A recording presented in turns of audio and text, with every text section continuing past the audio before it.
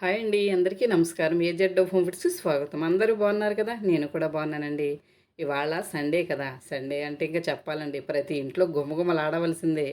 ఇవాళ మన ఇంట్లో అయితే మటన్ బిర్యానీ తయారు చేస్తున్నానండి. ఈ మటన్ బిర్యానీ ఎలా తయారు చేసుకోవాలో, ముందుగా కూర ఎలా మ్యారినేషన్ చేసుకోవాలో చూపిస్తాను రండి. ముందుగా మటన్ తీసుకొని శుభ్రంగా కడిగేసి ఓ బౌల్లోకి తీసుకోవాలి. నేనైతే మటన్ అరకిలో తీసుకున్నానండి. అరకిలో మటన్‌కి చూపిస్తున్నాను. కారం అన్నదా, ఉప్పు, కారం మీకు రుచికి సరిపడగా మీరు అడ్జస్ట్ చేసుకోండి. నేనైతే 2 స్పూన్లు వేస్తున్నాను. 2 స్పూన్లు కారం, పావు స్పూను పసుపు, అల్లం వెల్లుల్లి పేస్ట్ 1 స్పూను, హ్మ్, మటన్ మసాలా 1 స్పూను, రుచికి సరిపడగా ఉప్పు, కొంచెం పుదీనా, ఒక చిన్న కప్పు పెరుగు. ఇవన్నీ వేసుకొని నిమ్మకాయ కూడా ఒక చిన్న నిమ్మకాయ ఒకటేస్తున్నాను. పెద్దదైతే సగం సరిపోతుంది. అరకిలో కాబట్టి. చిన్నకాయ కాబట్టి ఒక నిమ్మకాయ అంతా పిండేస్తున్నాను నేను. కొంచెం కొత్తిమీర కూడా వేసేసుకొని మొత్తం అంతా ఇలా కలిపేసుకుందాం ఒకసారి. అంతా ఇలాగా కలుపుకున్న తర్వాత ఒక 2 గంటలు, కనీసం గంటన్నరైనా నానితే అండి మనం తినేటప్పుడు చాలా సాఫ్ట్‌గా, స్మూత్‌గా ఉంటది. మనం చికెన్ తింటే ఎంత మెత్తగా ఉంటుంది, మటన్ కూడా అంతే మెత్తగా ఉంటదండి. మనకది ఒక 2 గంటల సేపు అలా నానబెట్టుకోవాలి. అప్పుడు దాని సాఫ్ట్‌గా చాలా బావుంటది తినేటప్పుడు మటన్ బిర్యానీ. ఇలా మొత్తం అంతా కలుపుకుంటున్నాం కదా! నేను ముందుగానే ఉల్లిపాయలు వేపి ఉంచుకున్నానండి. అవి కూడా కొంచెం వేసుకుందాము. ఒక గుప్పెడైతే వేసేసుకున్నాను. ఒక 2 స్పూన్లు ఆయిల్ కూడా వేస్తాను. వేసి మొత్తం మళ్ళీ ఇదంతా కలిపేసుకొని మూత పెట్టుకొని 2 గంటల సేపు పక్కన పెట్టేసుకుందాం.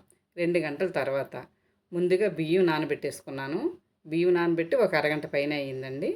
దానిలో సరిపడగా మసాలా జాపత్రి, మా బిర్యానీ ఆకు, దాల్చిన చెక్క, లవంగాలు, యాలకులు, సాజీర, ఇలా మనం బిర్యానీకి సరిపడగా మసాలా అయితే తీసేసుకున్నాను అరకిలో బియ్యానికి.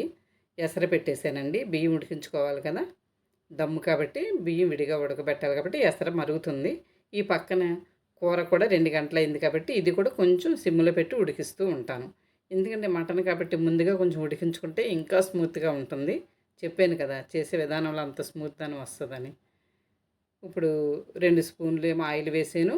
చిన్న స్పూన్ కాబట్టి 3 స్పూన్లు నెయ్యి వేసాను. పెద్ద స్పూన్ అయితే 2 స్పూన్లు నెయ్యి సరిపోతుంది. వేడెక్కింది కదా! ఇప్పుడు ఇది మ్యారినేషన్ చేసుకున్న కూర ఇందులో వేసేసుకోవాలి. వేసుకొని మొత్తం అంతా చక్కగా ఆయిల్ కలిసేటట్టు కలుపుకుందాము.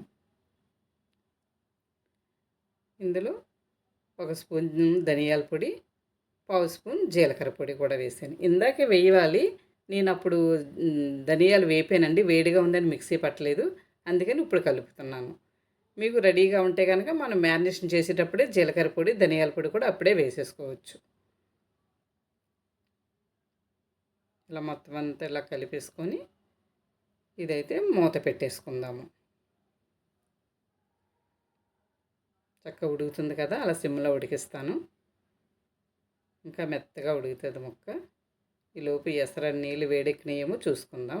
నీళ్ళు వేడెక్కినయి. మనం తీసుకున్న మసాలా అంతా నీళ్ళలో వేసేసుకోవాలి. కొంచెం పుదీనా, కొత్తిమీర కూడా వేసుకొని రుచికి సరిపడగా ఉప్పు, ఒక స్పూన్ ఆయిలు, ఒక స్పూను అల్లం వెల్లుల్లి పేస్టు, బియ్యానికి సరిపడగా వేసుకుందాం అవన్నీ. వేసి మొత్తం అంతా ఒకసారి ఇలా కలిపేసుకుందాం. కలిపేసి మూత పెట్టేసుకుందాం. ఎసరు మరుగుతూ ఉంటుంది. ఈలోపు కూర కూడా ఒకసారి కలుపుకుందామండి. చక్కగా ఉడికిపోయింది ముక్క చూస్తున్నారు కదా! చాలా వరకు ఉడికిపోయింది. ఇప్పుడు ఎసరు ఎంతవరకు వచ్చిందో చూద్దాం.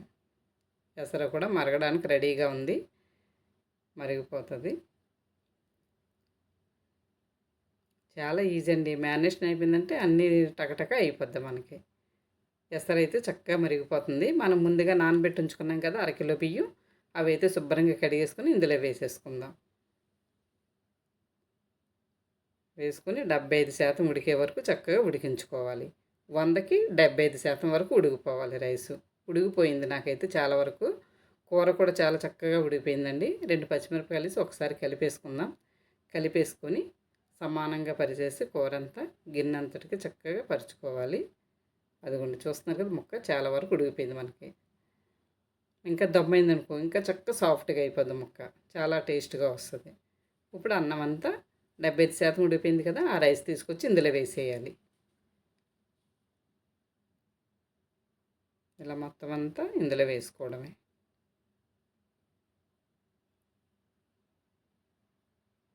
అరకిలో కూరకి అరకిలో బియ్యం వేసుకున్నామంటే కరెక్ట్‌గా సరిపోద్దండి. అరకిలోకి అరకిలో. చికెన్ అయినా అంతే, మటన్ అయినా అంతే. చక్కగా సమానంగా వేసుకోవాలి. అప్పుడు టేస్ట్ అదిరిపోతుంది మనకి. బియ్యం అన్నీ వేసుకున్నాం కదా!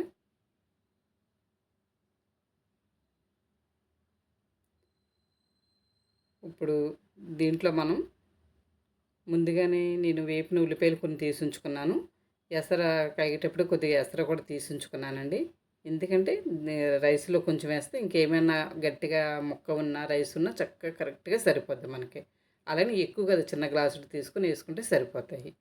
నేను ఉల్లిపాయలు ఉంచాను కదా! అవి కూడా ఇందులో వేసుకొని పైన కొత్తిమీర, పుదీనా కూడా వేసుకొని ఒక్క స్పూను నెయ్యి వేసుకొని బిర్యానీ మసాలా కొంచెం వేసుకుందాం.